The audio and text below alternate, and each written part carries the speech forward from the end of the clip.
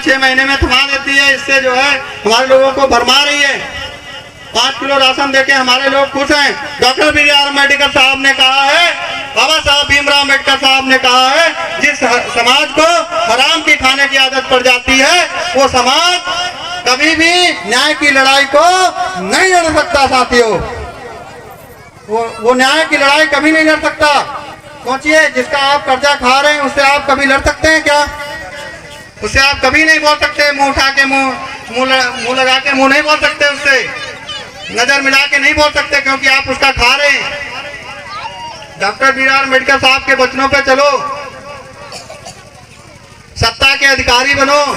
भाई चंद्रशेखर आजाद जी आपको नेता बना रहे हैं। भाई चंद्रशेखर आजाद जी कहते हैं ये भीम आर्मी क्या है, ये आजाद समाज पार्टी क्या है, ये एक नेता बनाने की फैक्ट्री है। साथियों, आप नेता बनो, मैं बनाऊंगा आपको नेता। भाई चंद्रशेखर आजाद जी आपको बनाएंगे नेता,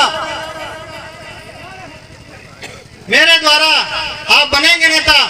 मैं विनोद गौतम जिला अध्यक्ष हरदोई आपको बनाएंगे नेता। आप छात्री नेता बनिए, आप भाई का प्रचार करिए, आप नेता बनिए। इससे पहले आपके पास में कोई ऐसा नहीं कहने आया होगा कि आप नेता बनिए। मैं कहता हूं आप नेता बनो। आप जिस लायक हो उस लायक सेवा करो। आप भाई का प्रचार करो, अपनी पार्टी का प्रचार करो, ताकि पार्टी बढ़े। ये भाई चंद्रशेखर आजाद जी के हाथ मजबूत हो, भाई चंद्रशेखर आजाद जी सत्ता में आए और आप सभी को पूरी तरह से न्याय मिल सके। तो साथियों, मैं चाहता हूं कि आप इस आजाद समाज पार्टी से जुड़े, भाई चंद्रशेखर आजाद जी के हाथों को मजबूत करें, ताकि ये बहुजन आंदोलन बढ़ता जाए, ये रुके ना। और साथियों, समय आने से पहले भाई चंद्रशेखर आजाद जी के दामन को थाम लो, ताकि हमारे भाई लोग जो सताए जा रहे हैं वो ना सताए जाएं। तो साथियों, इस बडोरा गांव में आने का उद्देश्य यही है कि हमारे भाई जो अपरिचित हैं आजाद समाज पार्टी से, चंद्रशेखर भाई से, वो परिचित हो जाएं। तो भाई सभी लोग आप संघर्ष कीजिए और भाई इस पार्टी को बढ़ाएं आगे, और आप सत्ता में आए। तो कौन भाई को पीएम बनना देखना चाहता है? कौन प्रधानमंत्री की कुर्सी को भाई को पहुंचाना चाहता है? आप सभी लोग बहुत बहुत धन्यवाद। लेकिन बदलना नहीं, ध्यान रखेंगे। अगर आपकी बूथ यहाँ से हार गई तो मैं यही समझूंगा आप झूठ बोल रहे थे।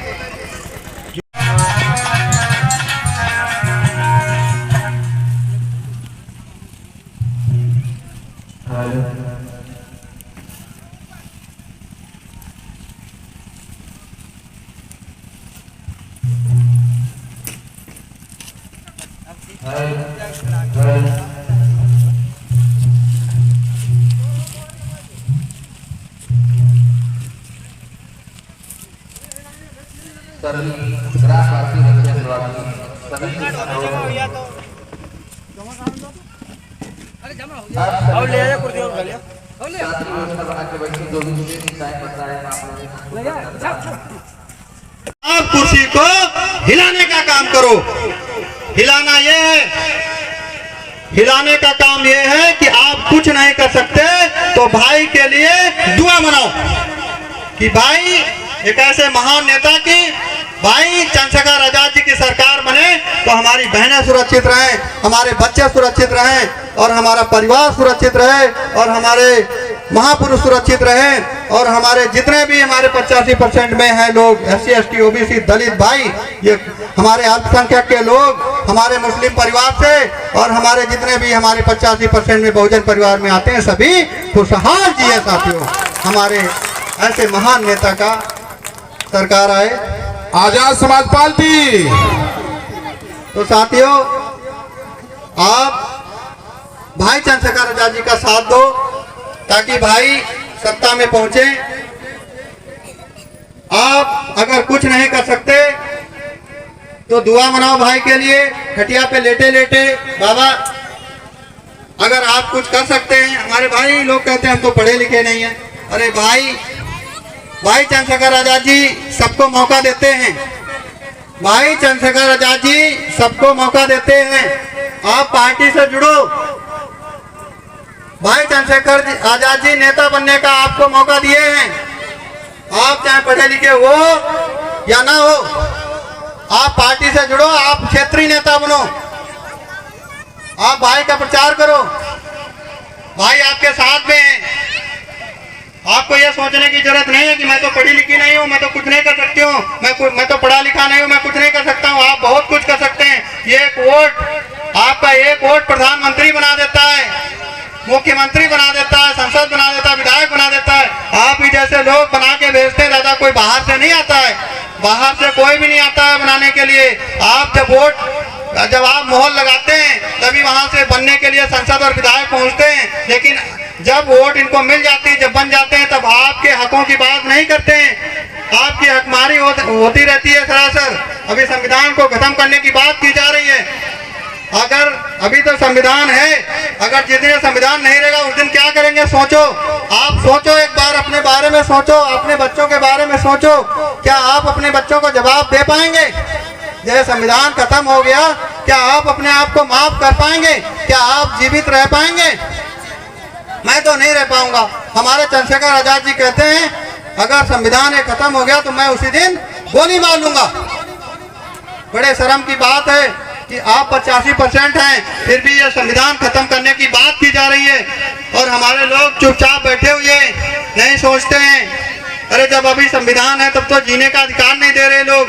आप खुश हैं 5 किलो राशन में, आप खुश हैं 5 किलो आपको गेहूं मिल जाते हैं महीने के। अरे कमाना भूल गए आप लोग क्या? पहले अपनी पूरी टीम के साथ यहाँ पर उपस्थित हुआ हूँ। जैसा कि आप लोग कथा के माध्यम से सुन रहे हैं, लेकिन आप कथा के माध्यम से उसका आनंद ले रहे हैं।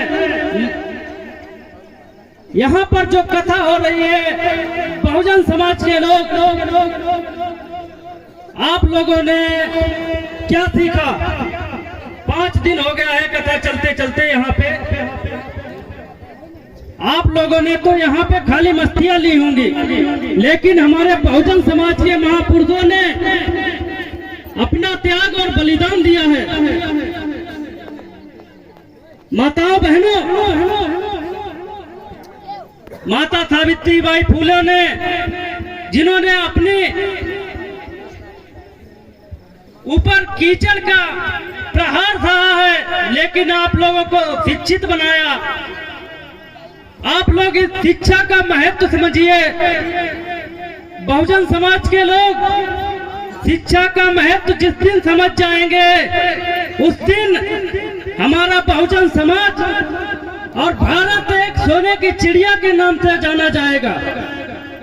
यह उस दिन मुमकिन होगा जिस दिन आप लोग शिक्षित होंगे, अपने बहुजन समाज के महापुरुषों के बारे में जानेंगे और अपना अमूल अधिकार जो वोट का अधिकार है वो अच्छी तरीके से उपयोग करने का प्रयास करेंगे। और अहम बाबा साहब का सपना था कि अपने बहुजन समाज के लोग इस देश में शासन करें, लेकिन अपना शासन यहाँ तक कि खत्म हो चुका है। ये अपने लोगों की कमियां हैं। हम लोग बाबा साहब को मानते हैं, लेकिन बाबा साहब की नहीं मानते हैं। गले में गमछा डाल दिया नीला, कह रहे हैं हम बहुत बड़े अम्बेडकरवादी हैं, लेकिन जिस दिन मनुवादी से पाला पड़ता है उस दिन बड़े बड़े मनुवादी बन जाते हैं।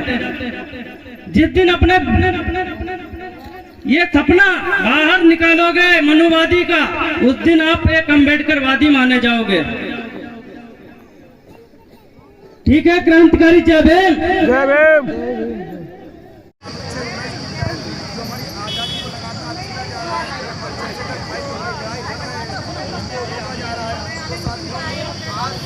आप